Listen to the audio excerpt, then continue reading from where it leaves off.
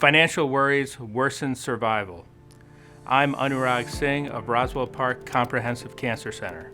So it's been understood for quite some time now that the increasing costs of cancer care are a significant burden to patients undergoing treatment.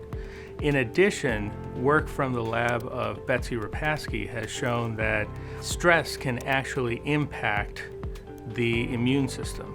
And so what we wondered was, does financial worry actually impact the immune system?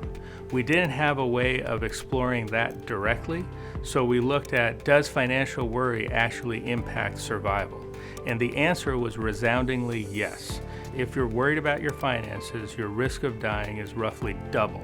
So we had a very large group of head and neck cancer patients on whom we had extensive quality of life data.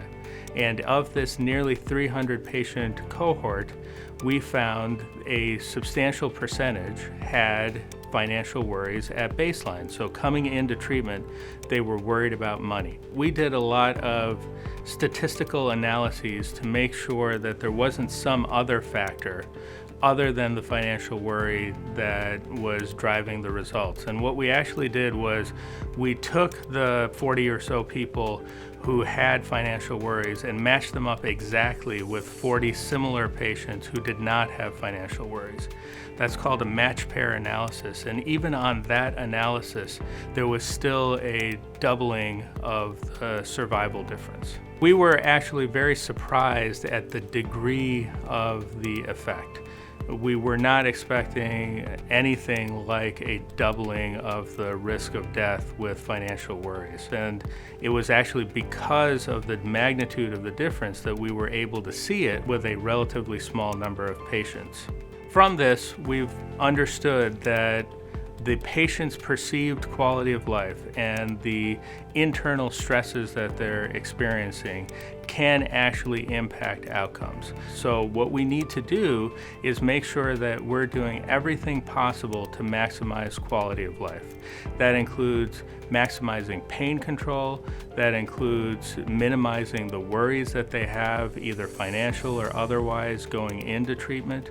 We're doing financial counseling to lessen the fears that people may have, and we're looking at a variety of other measures that could potentially improve outcomes, including how are the patients sleeping? How is that affecting their quality of life? How is that affecting their response to treatment and actually their side effects of treatment?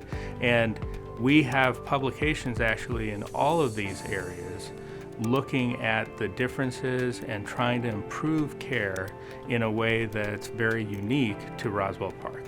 A common question that's asked about financial worries is it just a matter that the patients are worried about their finances and therefore making different decisions about what cancer care to get?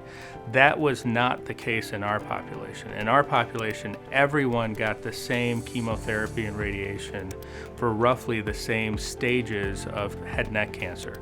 So in our population, it was clear that it was not access to care that was the problem. It was something else that was directly related to the patient's perceived stress from being worried about their finances. If you're interested in more data or information about this topic, please find me at roswellpark.org.